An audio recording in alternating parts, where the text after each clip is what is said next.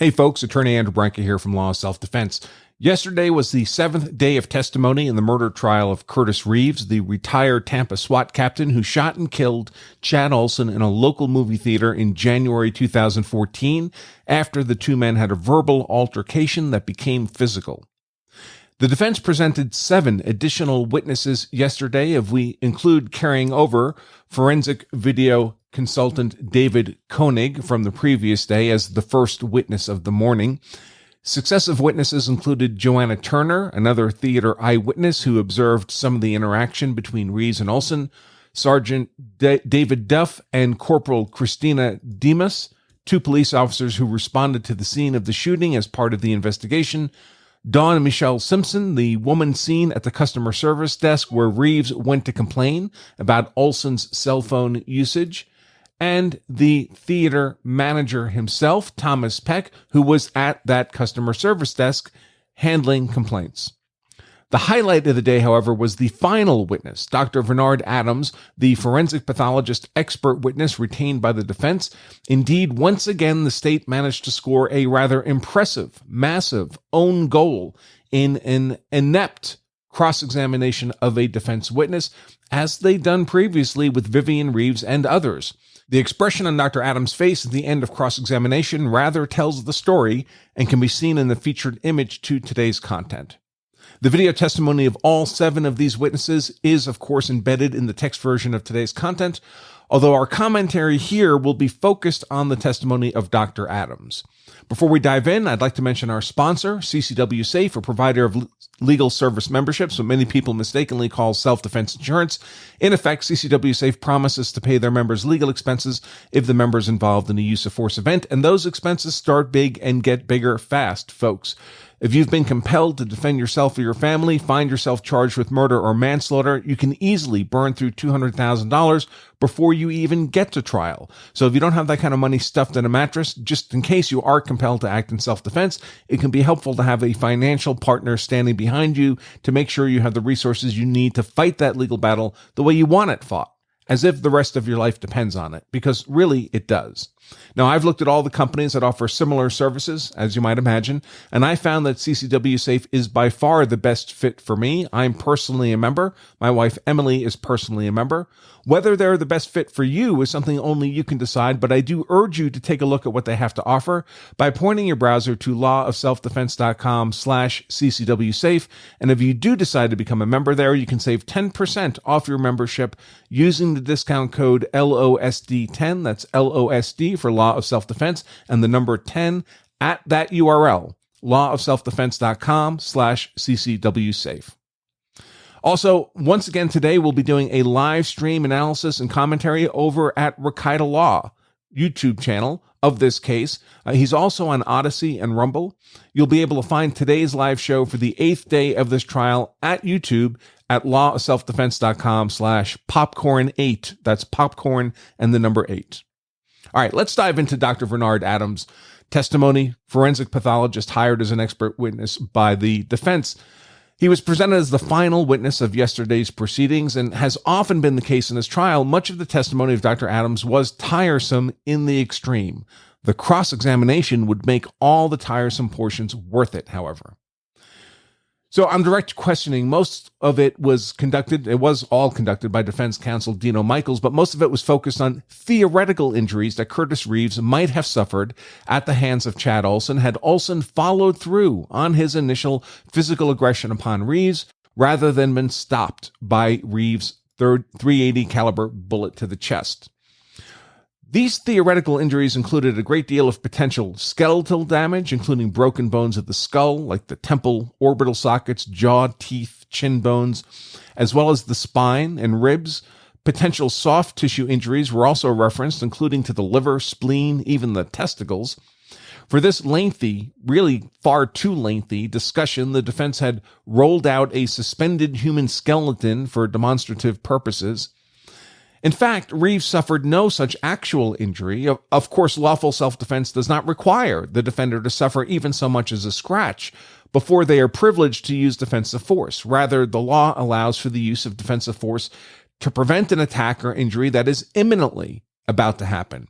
You need not take the first punch or bullet before you are privileged to defend yourself. So understanding the dangerous injuries to which Reeves might eminently have been subject is certainly relevant in this case.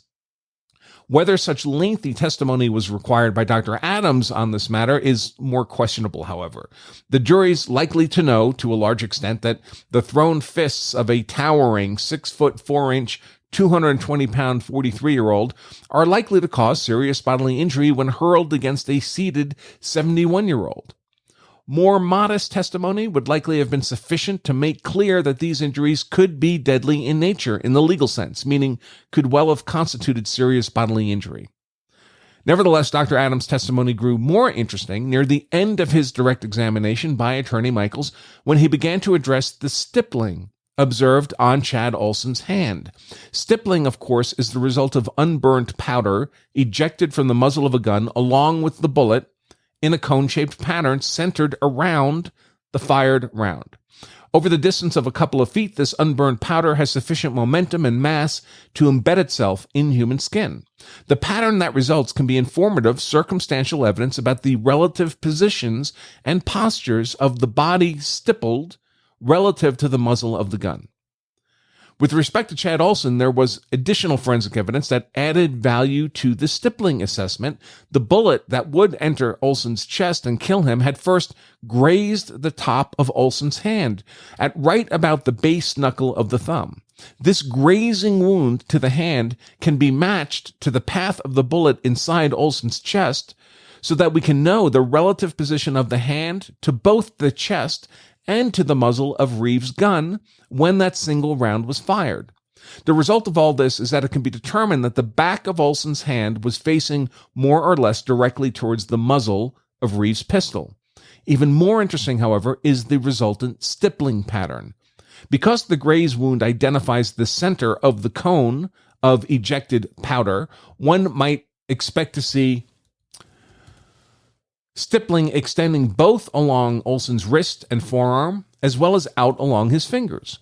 This would be the case if his hand was flat, with the fingers extended, such that the back of the fingers were also facing towards the muzzle of Reeves' pistol. This absence of stippling along the backs of the fingers suggests that the hand was not in a flat configuration, but rather clenched in a fist.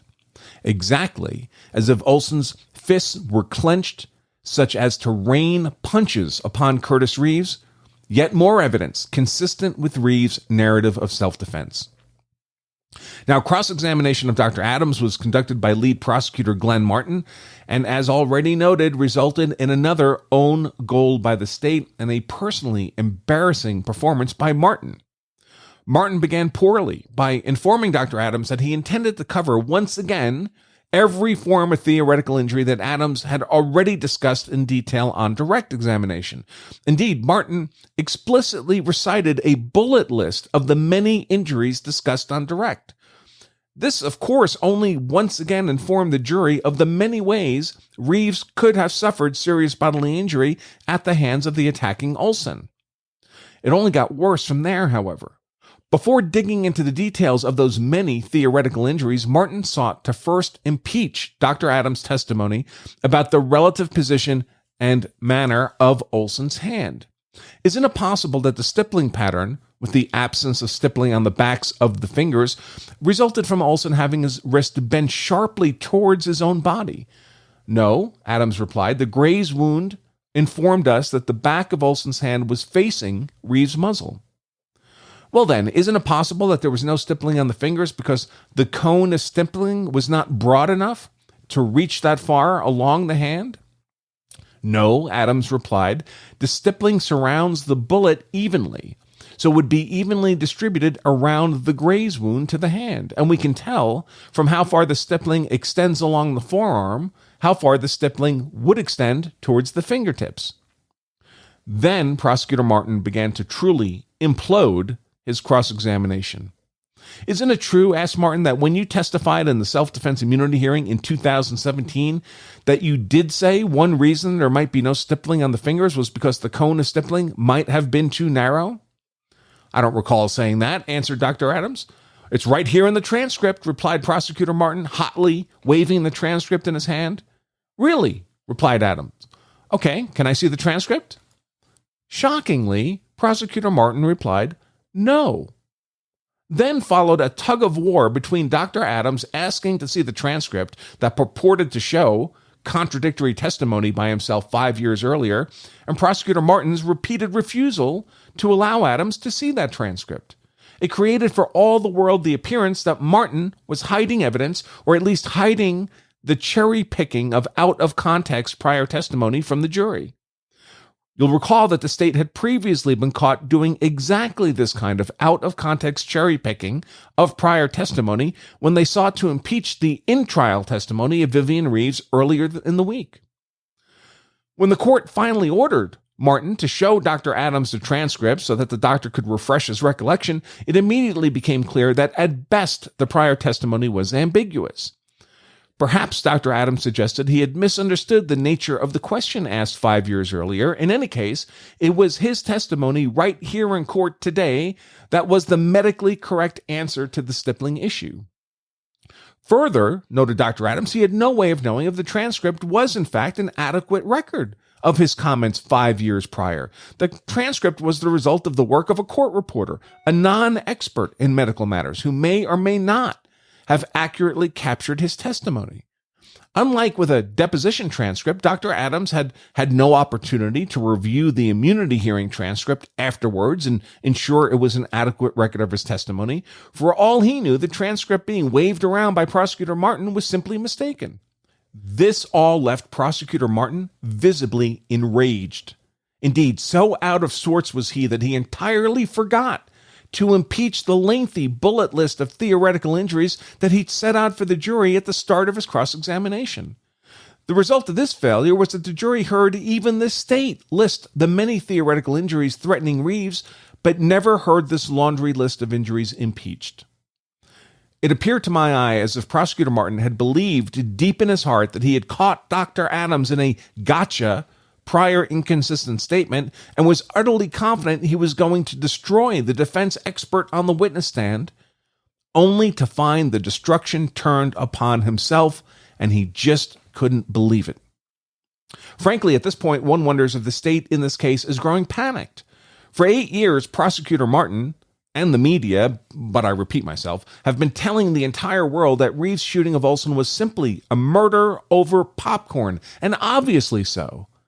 Now, perhaps, they are beginning to see a conviction slipping from their grasp, a fear they certainly ought to be realizing at this point at the trial. How incompetent is this prosecution going to look if the case they presented for nearly a decade as obvious malice murder is one they can't convict on? Of course, the video of all of Dr. Adams' testimony as the testimony for all the witnesses is embedded in the text version of today's content, and I would encourage you to watch that cross-examination of Dr. Adams by Prosecutor Martin in particular. Now, to rewind to the start of the day, the first witness was Bruce Koenig, who continued his forensic video consultant expert testimony from the previous day. This again consisted of rather interminable playing of videos and publication of still photos to the jury, without any substantive commentary or analysis by Koenig himself. We then heard from Joanna Turner, another theater eyewitness who was seated near the Reeves and who observed some of the interaction between Reeves and Oulson. Turner's testimony was frequently ambiguous. On direct questioning by defense counsel Richard Escobar, she did testify that she appeared to see Oulson throw an object at Reeves, and then on cross-examination by prosecutor Scott Rosenwasser, she was less certain about the nature of the object thrown, thinking it might have been a thermos rather than a phone. And of course, like many of the witnesses in the theater, there was many things she did not observe. Overall, however, Turner's testimony was largely consistent with Reeves' narrative of self-defense and certainly not contradictory to it.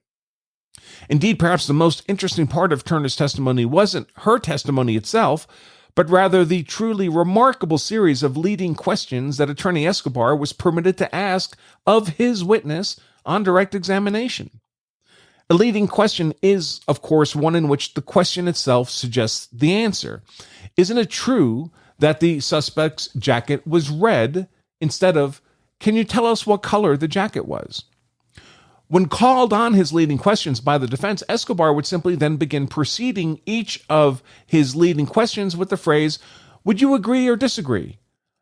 As if that magically made the question non-leading. Asking, do you or disagree that the jacket was red, is no less a leading question simply because of that prefatory phrase.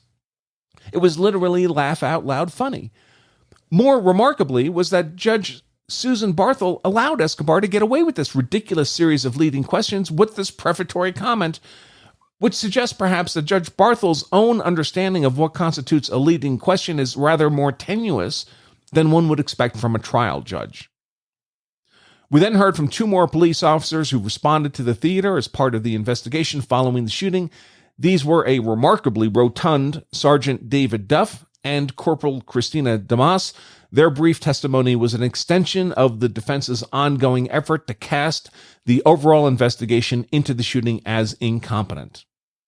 Next up was Dawn Simpson, the woman seen in surveillance footage at the customer service counter talking to the theater manager when Reeves approached to complain about Oulson's cell phone use.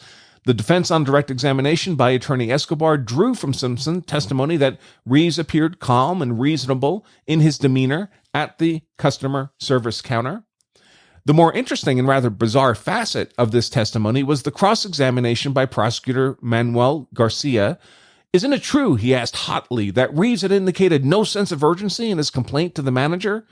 Simpson agreed this was the case, but this testimony would appear to favor the defense narrative of Reeves as calm and reasonable, rather than the state narrative of Reeves as the muttering, raving lunatic who would go on to murder Oulson overthrown popcorn. Next up was the manager of the theater who was at that customer service counter, Thomas Peck. On direct questioning by Attorney Escobar, Peck affirmed that the theater announcement to turn off phones had occurred prior to Reeves appearing to complain about Oulson's cell phone use. Like Simpson, Peck also confirmed that Reeves presented as calm and reasonable, not irate or angry. Cross-examination was once again conducted by Prosecutor Garcia, who once again took the odd position of hotly demanding whether or not it was true that Reeves suggested no sense of urgency in his complaint to Peck.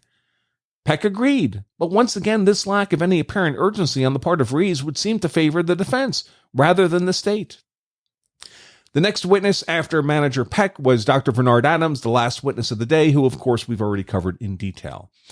And that's pretty much it on the Reeves trial for the moment, folks, at least in terms of yesterday's proceedings. Once again, of course, I'll be doing live stream analysis and commentary over at Rakita Law's YouTube channel. He's also on Rumble and Odyssey. You'll be able to find today's live show for the 8th day of the trial at the YouTube broadcast at lawofselfdefense.com/popcorn8.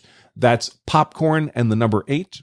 Today, we expect to hear from defense use of force expert witness Dr. Roy Bedard, which should be fun, although apparently Judge Barthel has not yet made a final ruling on whether to grant the state's motion in limine to exclude Dr. Bedard's expert testimony or somehow constrain it.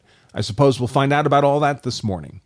All right, folks, I hope you join us for the live broadcast today, again at lawofselfdefense.com/popcorn8. Until then, remember, if you carry a gun so you're hard to kill, that's why I carry a gun, so I'm hard to kill, my family is hard to kill, then you also owe it to yourself and your family to know the law so you're hard to convict. Until next time, I remain Attorney Andrew Branca for Law of Self-Defense. Stay safe.